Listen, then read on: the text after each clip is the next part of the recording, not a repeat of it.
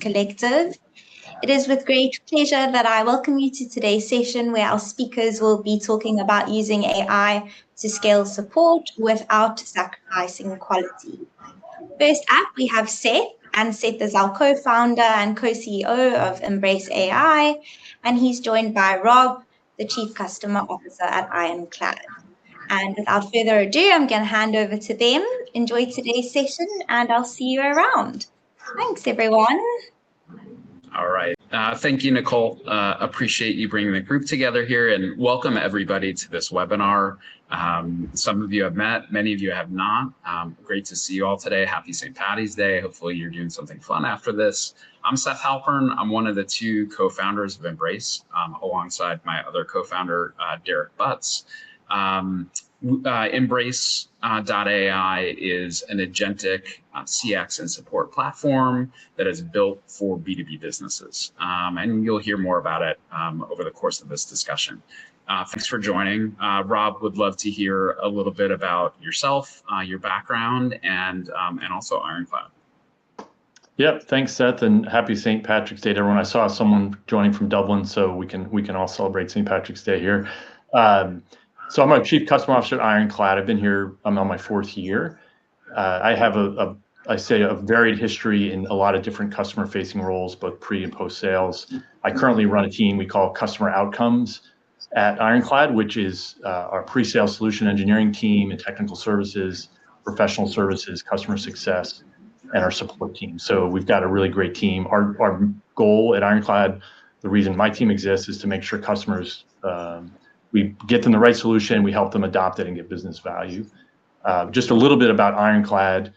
Our purpose is to accelerate business value with every contract. And if you're not familiar with CLM or contract lifecycle management, at the highest level, you can think every business out there has to do contracts, whether you're selling your services or goods, whether you're procuring goods. And we provide a solution that helps that workflow be more efficient and optimized for approvals, redlining, signature, and then provide a robust repository of your contracts where there's a lot of value in understanding what's in those contracts. So that's what Ironclad does at the highest level.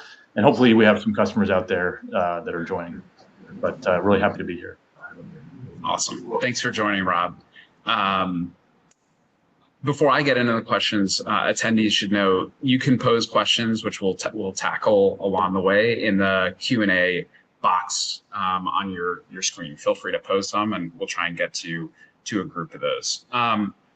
Rob, to start with, maybe talk a little bit about this concept of scaling support without sacrificing quality. And how do you think about quality at Ironclad? What does that mean? Is it accuracy? Is it time to resolution? Is it customer confidence, risk avoidance, something else? How do you think about that concept?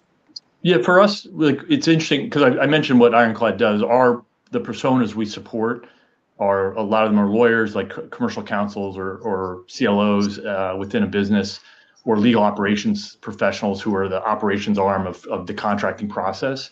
And so generally, I'd say they're more risk averse than maybe your average persona in a business, although certainly doesn't mean they don't evolve with technology. But for me, the most important thing when we work with customers is make sure they understand and have accurate information so they can design their contracting process appropriately and they have confidence in the output, which is usually a signed contract.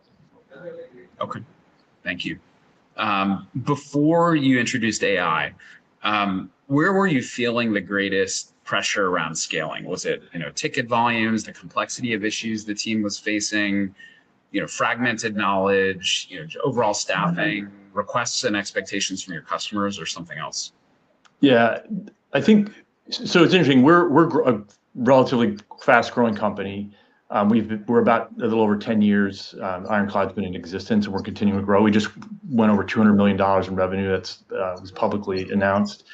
And so, when you think about, and I'm sure a lot of you out there, if you're in a fast-growing company, when you're trying to scale customer success and support as part of that, it's a real challenge because you can't just add bodies as you add customers. So for us, the biggest challenge was how do we scale? And in fact, we went through annual planning last year. We have a new CEO, Dan Springer, who joined and was really challenging all of us to say, how can you scale more efficiently? And a big part of that was thinking about AI, for sure. But the problems we were trying to address was really like we're adding a lot more customers, and our customer base, we've got over 2,000 customers now, but it goes all the way from what we would call mid-market customers to large enterprises. And so there's a broad range of customers we're trying to support with a smaller number of people. So for me, like the challenge is how do we do that effectively and without sacrificing that quality and the aspect we talked about before. Yeah, it's an interesting dynamic that we hear across a lot of our customers and prospects, just this sort of dual dynamic of growth and then scaling through that growth and still providing great experience at the same time. The thing I would say is we actually, I felt like before AI, like we were doing a good job. Our support team, and our scaled customer experience team has done, I come from a customer experience background. A lot of my vendors I've worked for were in that space. And so we have a good help center. We have knowledge and content we're trying to serve to customers. We have a community. We're trying to do all those things. But even with all that, as we ramp, we said, how can we, do even more with less? Totally. It's good additional context. What was the trigger or the catalyst for you all to embark on an AI initiative, with Embrace for, your support and customer experience organization? Was there some sort of moment or internal directive or other dynamic? Yeah, there was a couple things, and this is not, if anybody's out there in a similar role, you're dealing with the same thing. But probably more than a year ago, I was just thinking of, we had gone through planning, and I was like, how do we, what can we do here? That there's a lot of great things going on in the market. What can we use? So just in general, I was like trying to think ahead. I knew we're growing. One of the inspirations for me was we do these events called Ironclad Local, where it's like a day-long event. We'll do them in New York or San Francisco. We've done one in Austin and different cities, Seattle.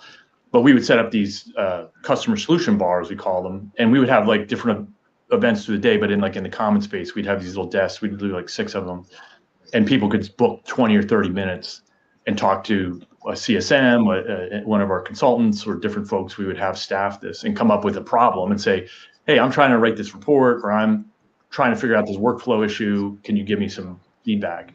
And the overwhelming sentiment from customers was like, we love this.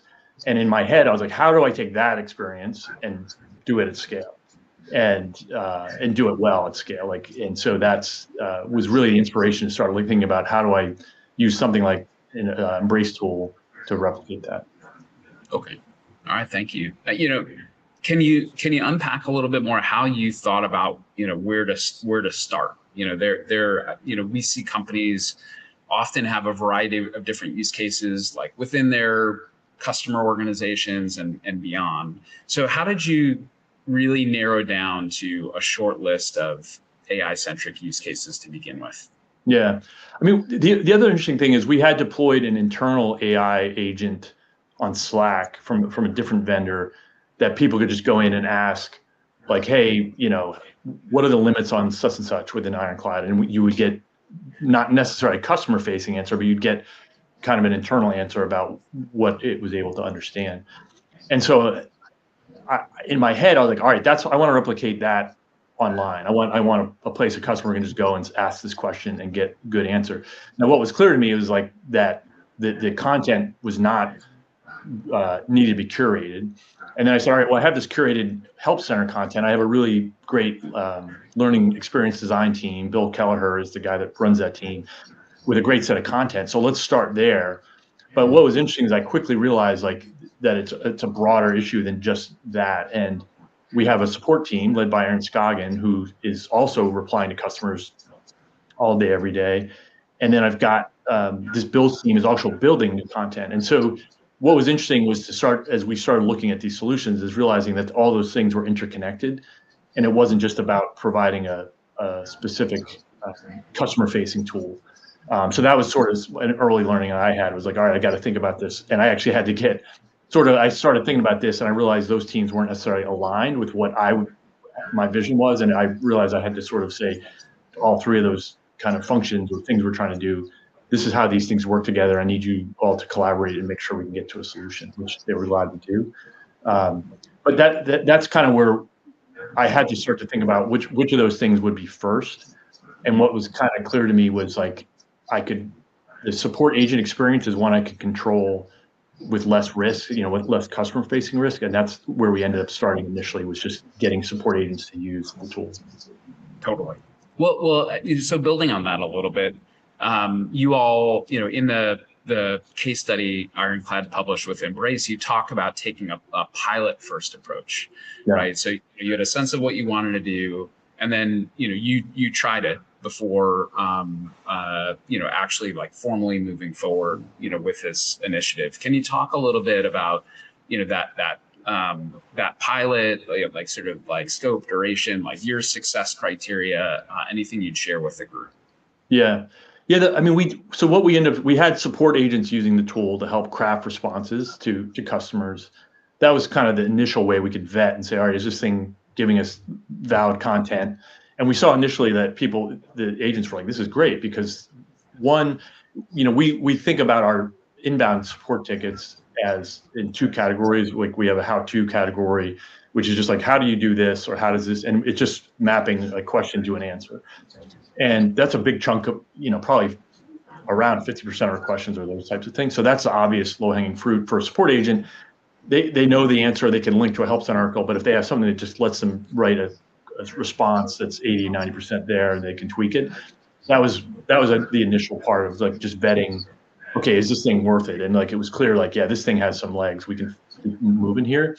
And then what we did with the pilot was we have a program that Caitlin Wood runs, our scaled customer experience team. We call it Adoption Accelerator Program, but we'll pick a specific aspect of the product that we want to drive people to start using more.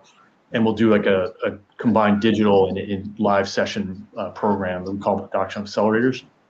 And so what we did was expose this customer facing tool just to the people participating in a cohort of people in this Adoption Accelerator program. And that allowed us to get some early real customer usage on the agentic self-service solution with feedback that we felt was low risk because we could control the cohort of people using it. And in terms of success criteria, I'd like to say there was like some number that we just said, if we hit this number, like, we know it's successful. I think the reality in my head was like, one, I don't have any customers saying like, what the heck, this is like not a good experience. And that certainly didn't happen. But also then, like, I wanted to see some positive, like, yes, this is getting me an answer. Like, are we actually replicating that solution bar experience that I mentioned? And that's a warm and fuzzy sort of success criteria. But it gave us enough validation that we want to try this at a bigger scale. Great.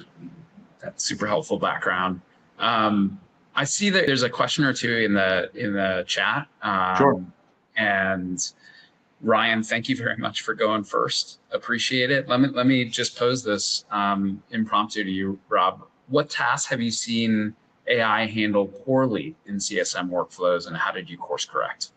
Yeah, I mean, what I would say, this agent is not supporting CSM in particular, like the customer-facing CSM role. What it's really allowing us to do is provide a couple things that, just for clarity. One is we have an agentic self-service solution that our customers are using, as well as like our employees use it as well for customer-facing answers. We have our support agents using it to help craft responses to customers, which works very well. Our support team also, the managers in the support team also use it to QA responses, which is, there's a lot of like, if we have time, we can talk about sort of unexpected benefits. That was one we did not anticipate at all, but it's allowed our support managers just to look at tickets and say, did we do a good job on this or not? And then the other team that's using it extensively is our content team. I mentioned Bill Keller's team. They use it to help craft new content. And so there's an idea of, I don't know, I think it's called knowledge gaps or something like that stuff. But essentially, the tool will say you're missing content in this area, and we've identified something like over 100 areas of like where we want to create new content, and it'll actually, I think it's called suggested content, but it'll actually suggest content that could help serve questions better. And so that has happened. So all that being said, like that's where we're using it. in terms of poorly, what we definitely see, there's this kind of limit, right? And if you think about our software in particular, you're building workflows, there's complexity to specific situations. And I think there's a limit at which the content and the AI agent can really serve up and help a customer really get to a final solution. There may be times where a human needs to be involved. And so one of the things we're trying to figure out is how do we trigger that escalation point in a more seamless manner. So that's where I would say if we think about poorly or maybe the limits, that's one of the things we definitely know that like there's still this path, an exit ramp.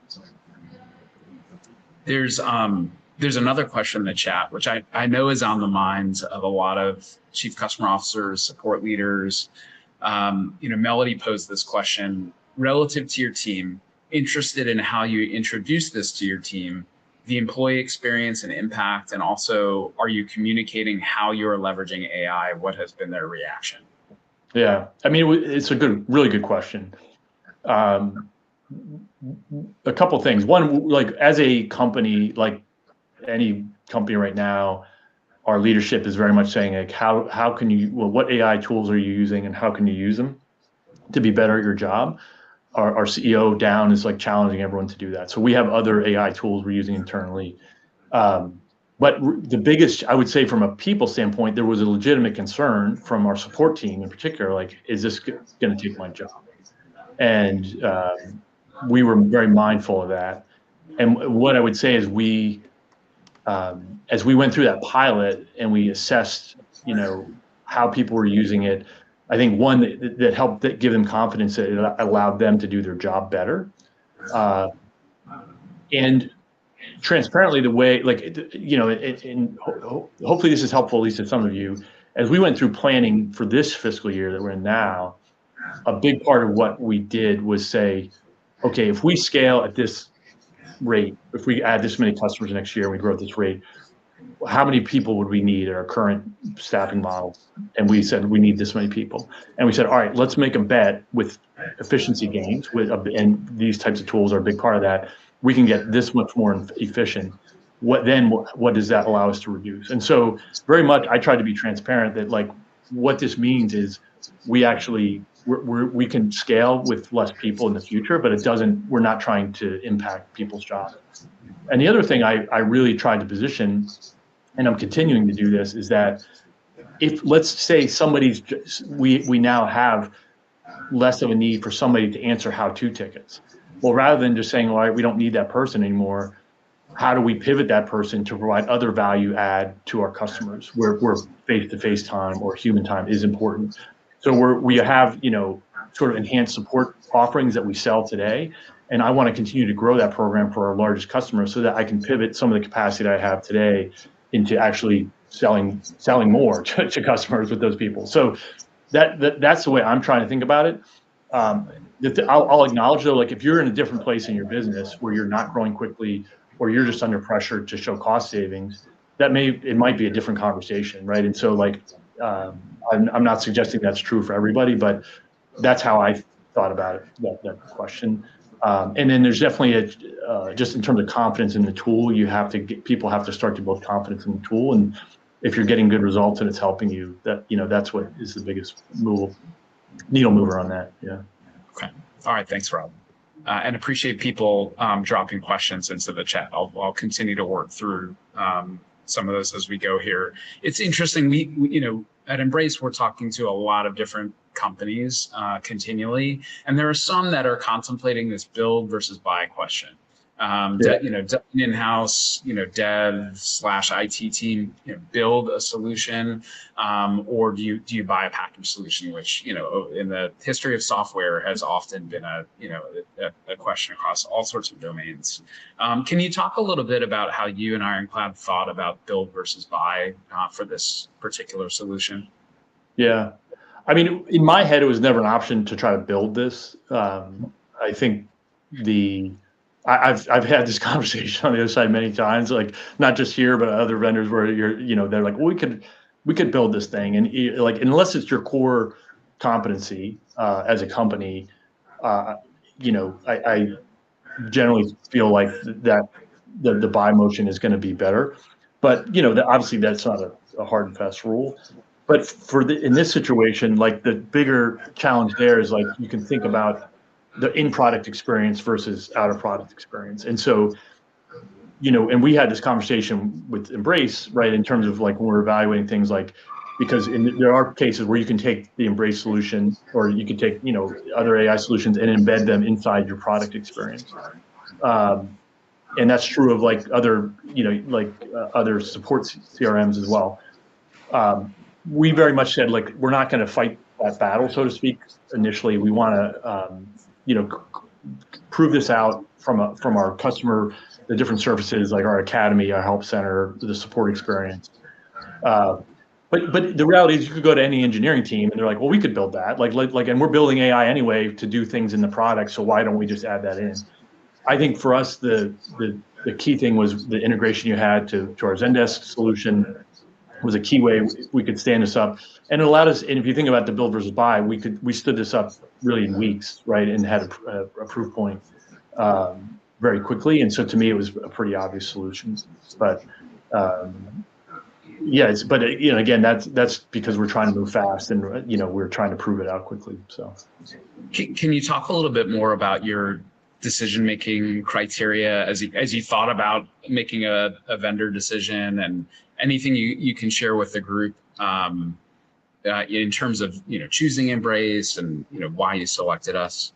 Yeah, I mean, from a technical standpoint, I think the tight the Zendesk integration out of the box was a big help for us, just because we could very quickly stand it up, and it was I would say not even pretty. It was a seamless experience, as well as the ability to quickly create that agentic agent on our portal and have it right out of the box, be functional. That was a huge element. I think the other was we could iterate very quickly with your team on understanding the solution. I was talking to Bill earlier, who helped roll this out, and we had to quickly. One of the things you of course worry about is like, what is the agent actually telling customers, right? And so and there's a way, how does it express things, and how does it handle certain situations? And so we quickly learned, I think we had to give it some tweak it a little bit to make sure it wasn't apologetic, that we just want to be very clear about, here's what's true, here's what's not true, here are your options. So but the ability to work with your team on that was really helpful.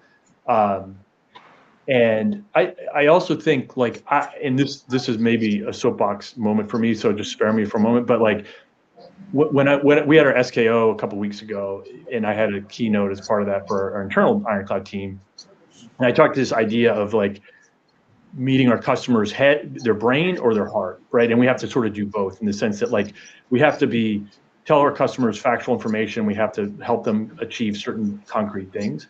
But if we're going to be successful as a business, we have to connect to their heart, meaning we have to lay at a relationship level and a personal level. We have to build trust. We have to build connection. And I think that's, I think kudos to your team, Seth, in the sense that's always been very true. And it's we're solving problems, but it's a very collaborative effort. And, I don't take that for granted in a vendor. So that was a big part of it too. Okay. Thanks for sharing. I'll pose another question from the chat. This one from Dave Osler. I have a question. Rob mentioned something earlier that surprised me. You were talking about your growth to 200 million and how you can't just add people to cover the growth. I'd like to learn more about what you meant. Our organization feels adding people handles growth. Okay. I mean, obviously, at some point you're adding people no matter what. I think to be more precise, we can't add, if let's say we have 100 customers and you have 5 CSMs. If you go to 200 customers, does that mean you go to 10 CSMs? If you go to 300, does that mean 15? At some point, you can't scale linearly as a company, and that's really what I meant, in the sense that we have. When you look at the back end financial metrics of how you run your business, you're trying to meet certain targets. And so you have to think about ways to scale more effectively. Of course, it's very dependent on where you are in your stage. It's very dependent on what your financial goals are. There's lots of factors. So don't take what I'm saying as universal to anybody. but that's the situation we were in terms of how we're thinking about it. Okay. Another one from the chat, this one from Tim. What operating model have you seen work best? AI as deflection, AI as agent assist, or AI as a proactive experience layer? So I'll try to answer that question indirectly, but I think the thing I would say surprised me the most out of this whole experience was actually the impact it's had on our content and those knowledge gaps. Like that was the one that our content team said, we're now building content 50% faster than we were before, which is huge, right? Because that's like you talk about scaling, like that's the team, we're not scaling with the business, but they provide a massive amount of value. So that's one thing. And that was just through, and I don't know if you would categorize that as proactive in the sense that we're now looking at opportunities to build content to serve customers better. We definitely saw on the agent assist side, but what I mean by that is our support agents, like I think a 40% gain in the how-to tickets, like how quickly they can craft responses to those. And what I would, and then I guess I would say, like, because I've been reading about this lately, like as CS leaders, there's this idea that AI is just an efficiency tool. But that actually the real value, and this maybe goes set to your maturity curve, the value is then how do these agents start to actually do more operational work over time? And for sure, where we're at, in my opinion, is we're at the efficiency level. Like that's our biggest value has been helping serve customers. We're doing hundreds of these conversations a week with our customers with this AI agent. And you ask yourself, like either that person would be contacting support or they just wouldn't get their question answered, right? And so it's hard to measure which of those would be true, but like we're definitely serving customers better, more efficiently is what I would say where we're at right now. So hopefully that answers your question. Yep, that's helpful. Anything you've spoken a couple times about the kind of knowledge and content piece, which underpins support experience and AI-driven support experience in a lot of ways. Is there anything else that you'd share around, like, just in terms of like your overall knowledge bases and knowledge content, how you manage like curation, freshness, tone? We talk to a lot of companies that, well, pretty much every company we talk to feels that their knowledge bases are incomplete, their content is messy. Yeah. And so like how do you think about that and make sure that the AI experience like remains really trustworthy? Yeah, I mean our team, again, it's a really Bill's team is very small relative to the content they're supporting. They have a system, and I couldn't tell you the details on it, of how they try to validate content, particularly when we're releasing new capabilities, making sure it's accurate. But that's, again, where AI is an obvious answer to like help assess those things. And then we also, it's great at looking at content and suggesting a better format, or like you said, tone or things like that of how to do it. And that's where, like, again, I was super surprised. Out of left field, I didn't think about like the impact it would have on that team. And he said to me, like, we're basically cut in half the time it takes to create good content. The other value here was that we saw the knowledge gaps. Like we quickly discovered an integration to one of our main integrations that we support. We had so many questions about that and trying to figure it out. And we realized we needed better content there. It's not that it wasn't working, but it's a big part of what customers are trying to do. And so we realized we had to curate and improve the content there. And Bill and his team was able to tweak the agent to be able to respond to those more effectively. Okay. All right. Thank you. I know that, measurement, ROI it's definitely on the minds of our customers and our prospects. I think for many companies, there's a lot of focus on making spend decisions and aligning them with benefits and achieving those benefits. Can you talk a little bit about, I would say, both like quantitative and qualitative measurements, how you all thought about ROI, anything you'd share in terms of like actually achieved ROI? You published some of this in the case study, but anything you communicate here? Yeah, I mean, at the end of the day, like the hard reality is like the ROI manifested in our annual planning, which was like, okay, we think we need this many bodies to scale next year, and if we're going to make these bets on efficiency gains, we think we can do with this many people, which is less, right? Obviously, so that like that's how it like in practical reality it manifested. I think ROI sometimes they're useful, but it's not like my boss that came to me and said, "Prove to me you achieved this ROI, on spend." So I think they're most useful in like when we were doing those planning or making big decisions, like you're holding yourself accountable to like, okay, can we achieve the things we want? It could be like we're going to go. It could be if the ROI revolved around more revenue, you're making a bet like I can go sell more because of whatever I'm doing. So I think like in any case, I think that's how I think about it. But it manifested in like our ability to create content, our ability to service support tickets that come in more effectively, more efficiently, and the qualitative aspect was really about like, okay, we now can see this history of all these prompts that customers ask us. Are those prompts positive? Like, are people getting the answers they need? One thing I would say, just that I think we'll probably talk maybe about future steps, but today we can't. If somebody's using our agentic agent on the portal, we don't know who that person is. Like, and it's not because of this technical capabilities. We just haven't done the work to say like, is this person logged in, authenticated? But in general, when we look at the tone of those questions, like they're overwhelmingly positive.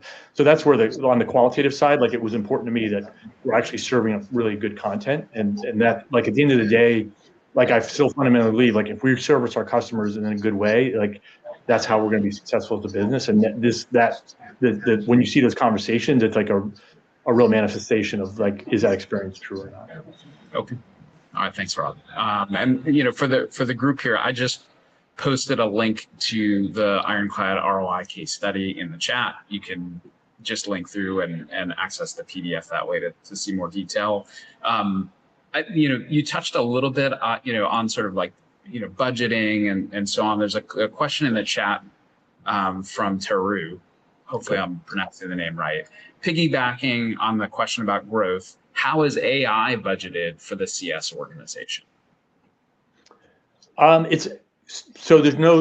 me personally, like there's no special AI budget. Like as you go through planning, we have technology spend and you're placing your bets.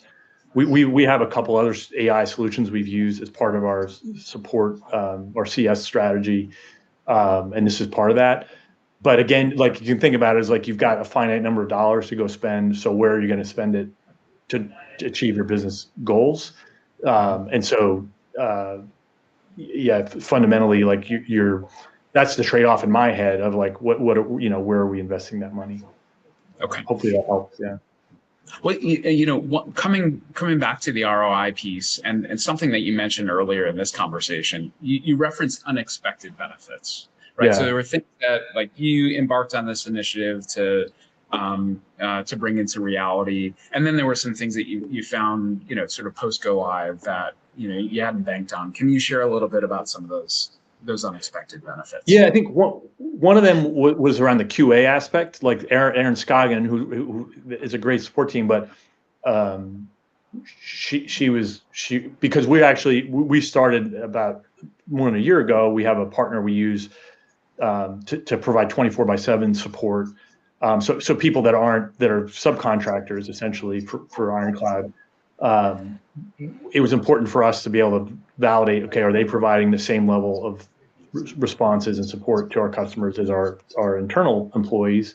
But also for our internal employees, how do we QA it? So that was one aspect, was like using that agent, it could assess any given interaction and provide recommendations. A pleasant one for me was like, I was looking at the prompts and all of a sudden I see, auf Deutsch, and somebody's asking for the response in German, and it just would provide the response translated. And that was a total surprise to me. Like, and we obviously we have international customers. It's a challenge for any company as you scale globally to have language talent. And so that was definitely one I didn't anticipate at all, and was really great to see, and it's going to help us, in our international markets. I think I'm trying to think of other things that were pleasant surprises. Yeah, I think just again seeing how people interact. Like, there's definitely conversation where you can see people get it, and they treat it like almost like I'm talking to a consultant from Ironclad, and they just ask questions and follow-on questions. You never really know how people are going to adopt, and everyone's at a different place with how they use AI agents and their comfort level. But it was really nice to see that as well. People realize, okay, this is actually like not a full-time employee for me, but it's somebody I can call at any time. And that was that original vision. If you go back to the solution bar, is what I was hopeful for. So, okay. Your comment about the German prompt was timely. There's a question in chat from Torque about really like global impacts, and the question is are there countries or their languages that maybe are less accepting, where the AI is less effective? Have there been any observations on that front? Yeah, to be honest, I can't answer that question. It's a really good question to understand, and I think that goes to like when I think about what I want to do in the future here. One is I want the unexpected thing is like the data, the value of the data of the prompts is so remarkable. When you have this library of questions people are asking you, not just like in a single sentence, but this full interaction, it's really valuable product data for our EPD team. We can use AI to assess what are the trends, and like there's a great dashboard in the tool to be able to look at this stuff. But it really helps us understand what our customers need and where there's unmet needs, whether we're meeting that through additional content or whether that's a product gap. That's a huge benefit.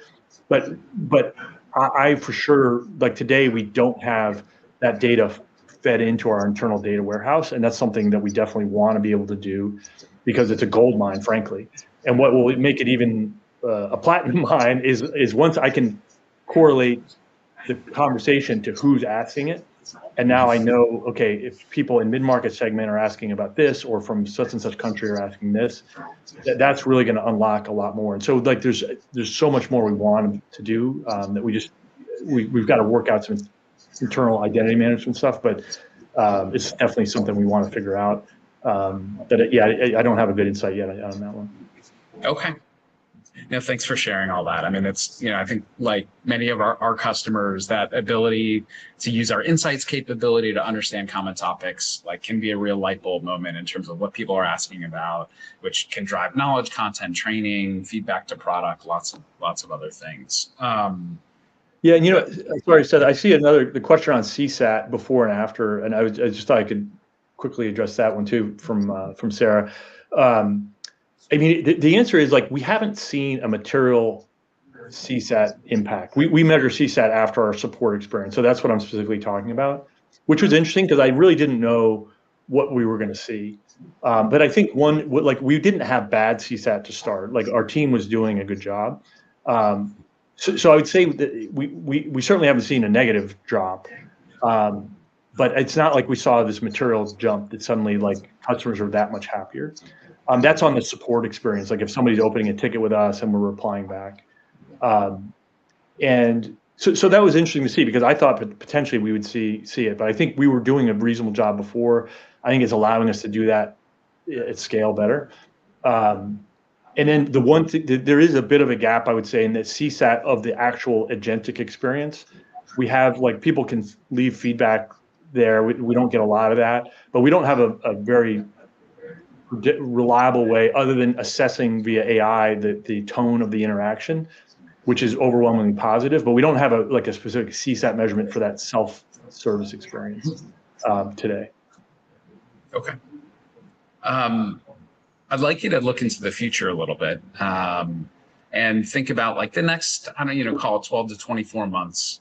Yeah. How do you think about the balance between, technology, and humans, in your domain? And, what advice would you share with a peer, call it CCO, support leader, who's, thinking about starting with an AI initiative?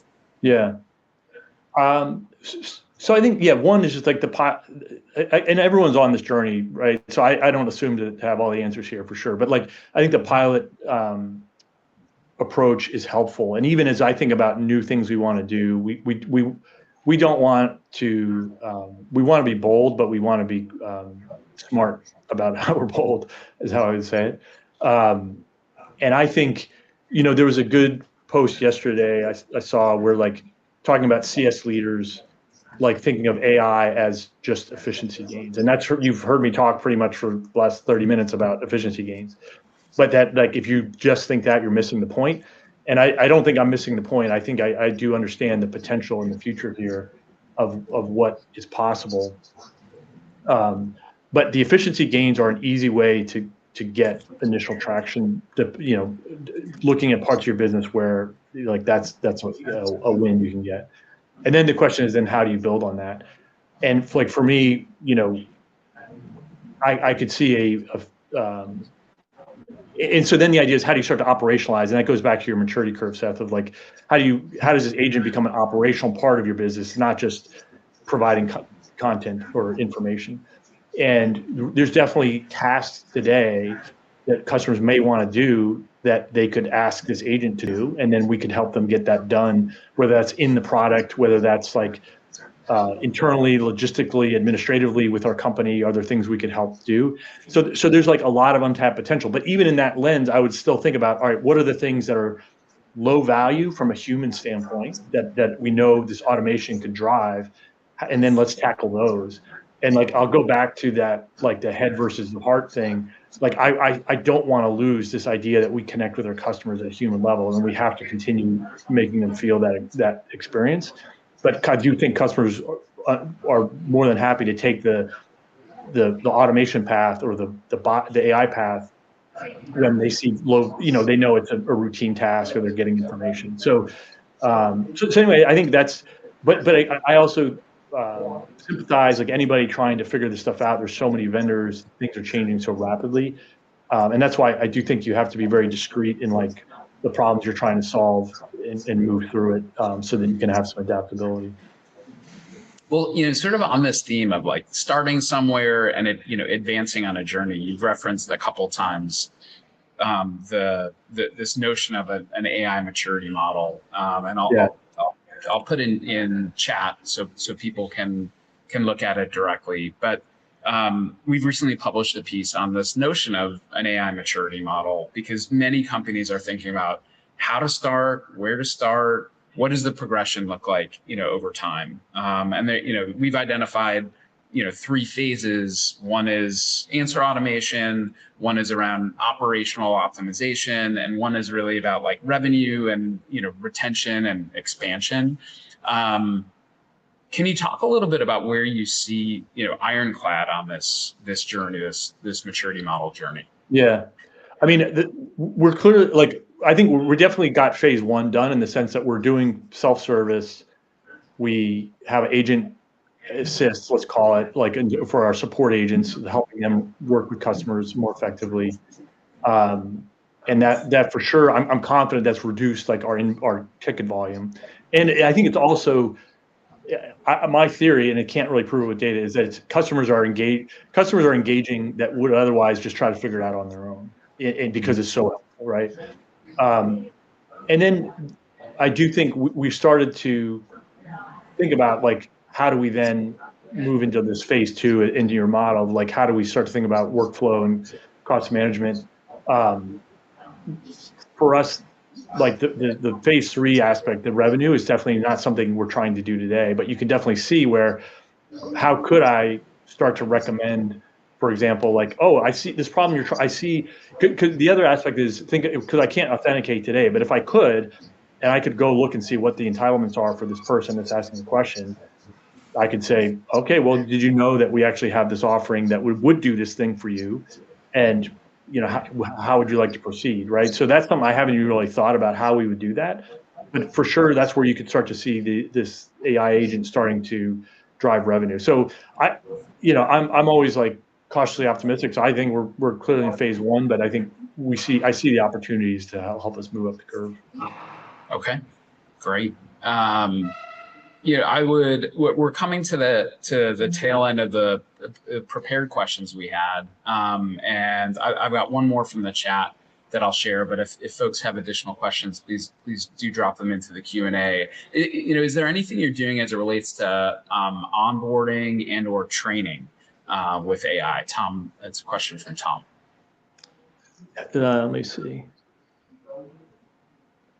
Are you looking to improve onboarding and or training with AI? Yeah. So it's interesting. So yeah, like for sure, this is like a great tool. When you think about it, you've got this agent, you can ask it anything about the product, and it does a really good job of telling you these very specific questions. So for sure, it's something like new employees are using, and like we're hiring people, and they, if they haven't used Ironclad before, we want them to be in front of customers, as experts as quickly as possible. So it was like an interesting anecdote. Like when we had a company all hands, and I demoed the customer facing solution to people, and like so many people were like, "This is amazing!" Like they were so happy. Like, "This is amazing. We've been talking about how do we do this for our customers for so long." But then people were like, "Yeah, and this is great for like new employees too. Like they can learn so much." So I don't know. Like, I don't know if we've intentionally incorporated it as part of an onboarding program, but the benefits are internal as much as external in a lot of ways. Okay. I see there's a question that just came in from Chris. How do you start the interview process to find an AI partner? What were some of the standout questions you asked or insights they offered to say, oh, these folks know what they want to do? Yeah. I mean, I think there's so many solutions out there. I think I had connected with one of your people at Embrace that I had known from a previous job, and we were talking about it. And for me, what's important is like, do you have proof points that you can see with other customers at scale, a similar size and scale of what we're trying to do? So I think that's an important question to ask. As much as you can talk to people that have gone through the experience with a vendor to understand what's needed. I've been on both sides of this. I like selling, and even today I'm helping sell to our prospective clients. And I think, really trying to understand where the hurdles have been, plus the benefits, and then trying to assess, a vendor do they understand your business, or do they understand the problems you're truly trying to solve? That's just intuition, I think, and just making sure you're comfortable with it. But it's, I sympathize, and I'm in the same boat. There's so many vendors out there trying to figure out different ways to solve this and from different angles. And I think if you can pilot with multiple prospects or at least get your hands on stuff, it's helpful, and get it in the hands of the people that are actually using it. So those are just some thoughts. Okay. Thanks. And obviously, we'd welcome folks to do a pilot or a trial of Embrace. I'll share in a minute or two how to get in touch with us to have a conversation. I see a question in the chat from Ori. What is the agent relying on when it comes to data accuracy? For example, if there's a change in the product or a new feature, how do you ensure that the agent output remains up to date? Yeah. So, Bill, I mentioned Bill a couple of times, but his team is doing the content. There's a feedback loop, right? It's part of the process, and we have a release process with new content. But I don't know specifically how he's doing it, but I'm pretty confident he's using the AI to say, like, okay, if this feature changes, like where is the content that actually might reference that? But it's probably not a perfect system, but that's definitely one thing that we're doing, and there's just a constant process that team does in terms of freshness of data or manual review of data to make sure it's been updated. But yeah, clearly we're trying to make sure it's accurate, because that's that's one of the fundamental things we want to do is make sure we're giving people the right information. All right. Thanks, Rob.